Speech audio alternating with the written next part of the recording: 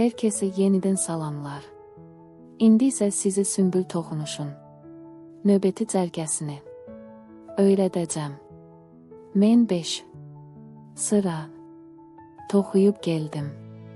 6-cı sıra 2-ci sıra ilə eyni şəkildə toxunur. 5 dama yuxarıya doğru. Sayın daha sonra 4-cü damadan. Çarpaz şəkildə 5-ci damaya ipi keçirin və alt hissədən geriyə doğru qaytarın. Biz alt damanı daha əvvəl bir dəfə istifadə etmişik. İndi bir daha istifadə edəcəyik. Beləcə toxunuş yavaş-yavaş alınır.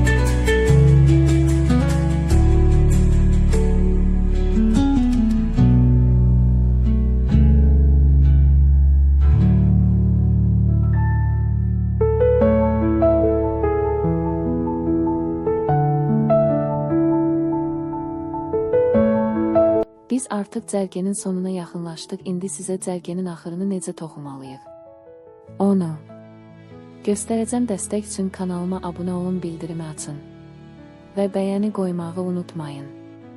Dəstəyinizi mənim üçün çox önəmlidir. Siz mənim kanalımda başqa çantaların da toxunma qaydasını öyrənə bilərsiniz.